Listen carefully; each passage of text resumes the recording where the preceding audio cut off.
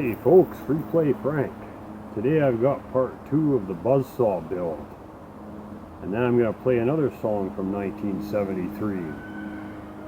Rock and Roll Hoochie Koo by Rick Derringer. Okay, my shout out tonight goes to Mike Festiva. Now Mike is a fabricator. He's an excellent fabricator. He builds vehicles and equipment for his property and plays the drums too. You see him play the drums sometime on his channel. He built this really cool scaled down version of a German military truck starting with a Polaris quad. That's really cool. So check out Mike's channel if you're into fabricating. Alright, let's get going. Alright, I'll show you what I did to stabilize the table. I added this rod. You can see it goes attached to the table linkage there.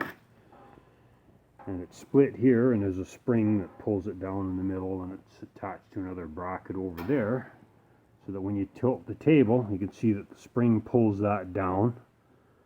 That's all the way in. And then when you let it back up, the spring just keeps these two rods from jamming together. It doesn't really, it assists a little bit pulling the table in. Too much, actually. So what I ended up doing was I put bungee cord on here to help pull the table back. I'm going to try it out like this. And you can see it works quite smoothly. And then it hits on those bolts. That's the stop, the bolts that hold the pillow blocks down. You can see it hits there. Come on, light. Well, there's the bolt there. You can see it hits on both bolts, so that means that it's centered. So the wood shouldn't bind on the blade. Okay, so let's work on mounting the motor now. Now here's the motor. It's a 9 horsepower Chinese Honda clone. It was given to me by a friend for free, and now I see why. I'll show you.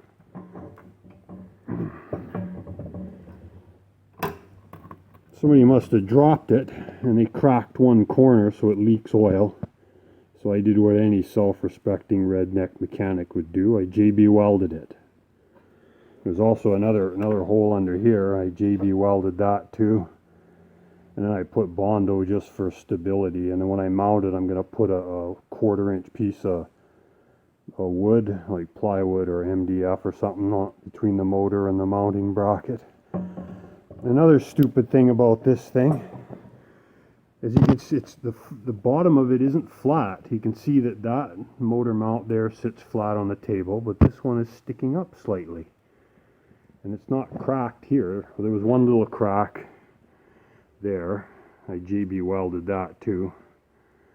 It's been sitting like this for about 2 weeks full of oil, so it's not leaking now, and I've had it running. It runs okay.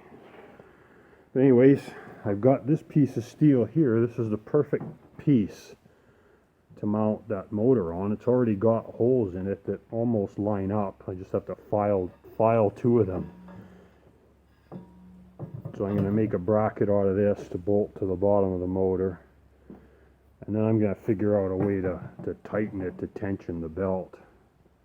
So let me get some of that done, and then I'll show you what I got done after. Okay, I got some more pieces done here.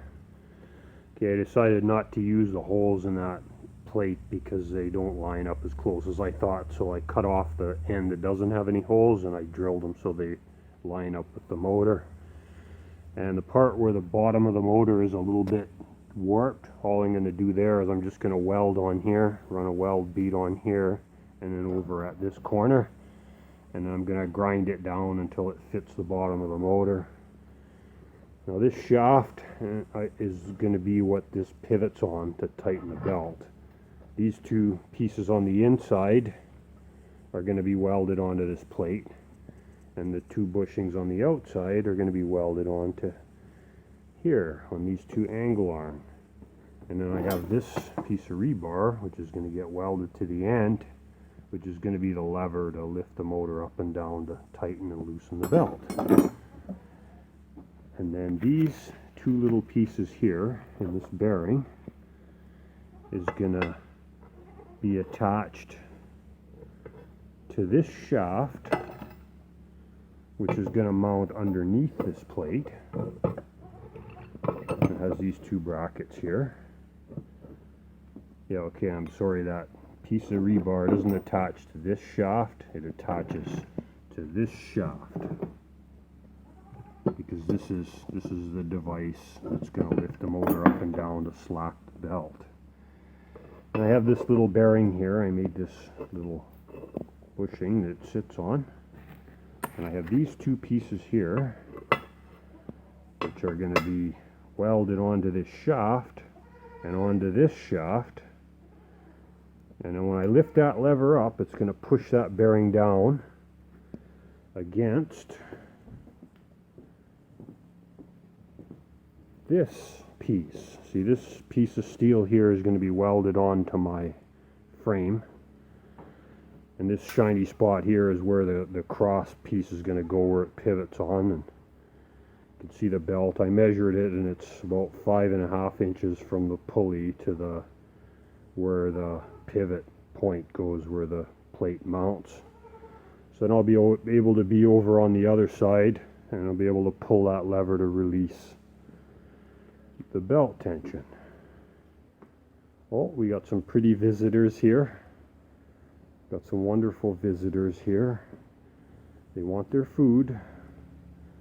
Look at this little darling. Hi, sweetheart. Oh, they want some food. Okay. Let's see if I can give them some food here without getting mobbed. Hasn't worked yet. It'll be a miracle if I don't get mobbed.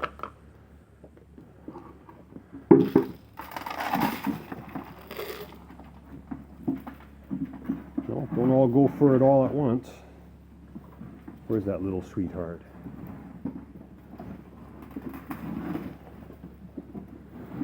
Okay, Mummy's baby, you had enough. Aren't they adorable? Yeah, I got this part here welded on the bottom of the motor mount plate. You can see where I built it up there so that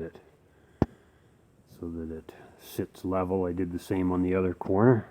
And I have these pieces here that I'm going to weld onto this plate just to give the motor some more support, so that it stays square and doesn't rely just on the bolts to keep it tight.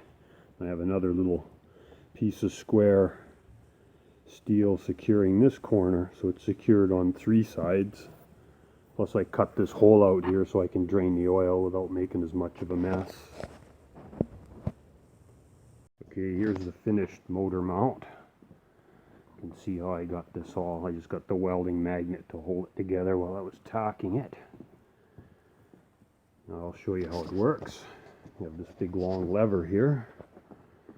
So I'll be standing over here, and you pull down the lever, and it lifts it up about 2 inches. And you can see the bearing underneath.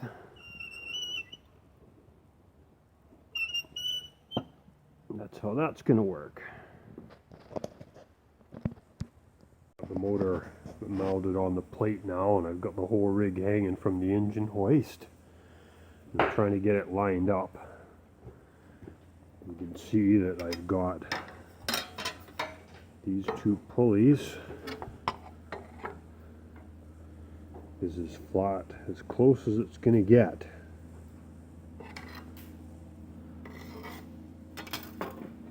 Bend it square this way.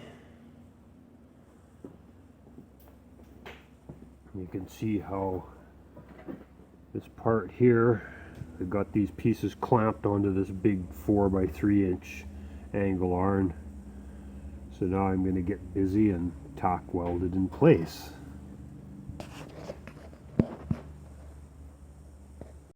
She's all welded now. I'll show you how it works.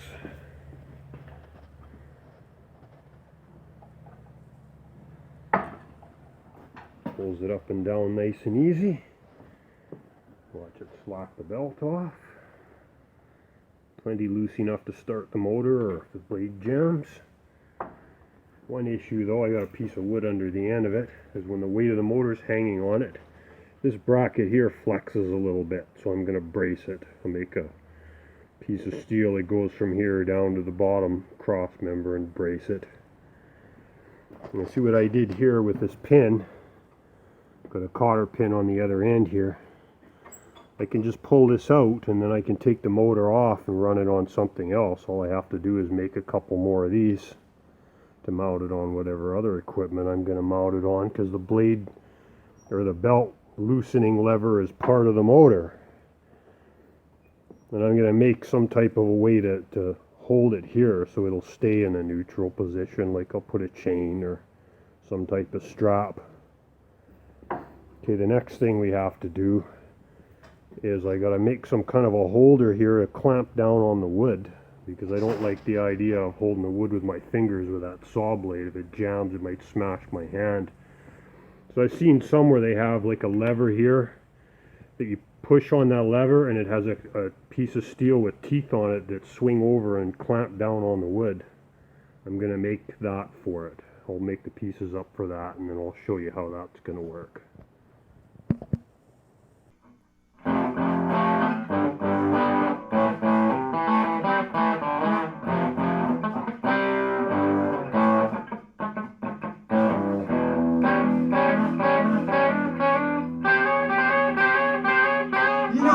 Stop moving when it first took hold. Was a warm spring night at the old town hall. A band called the Jokers, they was laying it down. You know, I'll never forget that funky sound. Rock and roll hoochie koo. Lordy mama, light my fuse. Rock and roll hoochie koo. Truck on out and spread the news.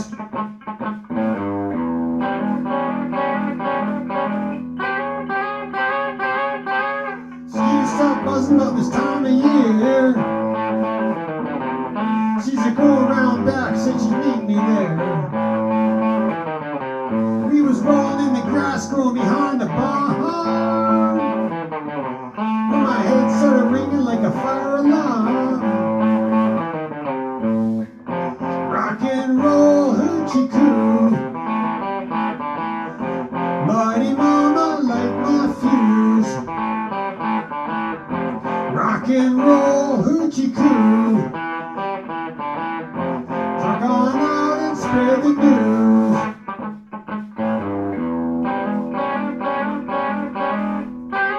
Somebody say keep on rocking now.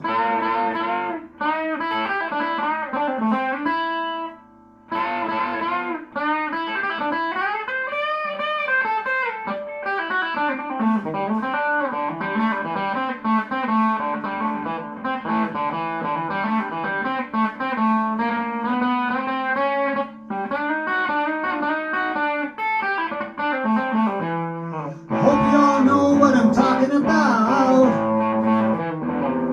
Waist wiggle, that thing really knocks me out. Getting high all the time, hope y'all are too. Come a little closer, honey, gonna do it to you.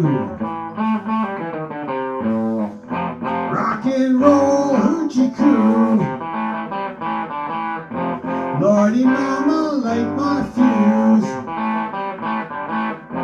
Rock and roll hoochie koo. Said goodbye to all my booze. Rock and roll hoochie koo. Lordy mama, light my fuse.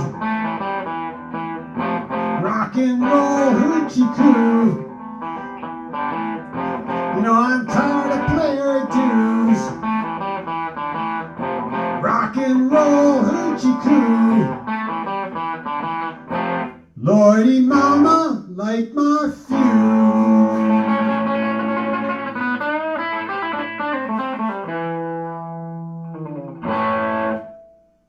Alright, that was Rock and Roll Hoochie Koo by Rick Derringer. Thanks, Rick, that was a great tune. And thanks, guys, for joining me, and we'll see you all next week. Take care.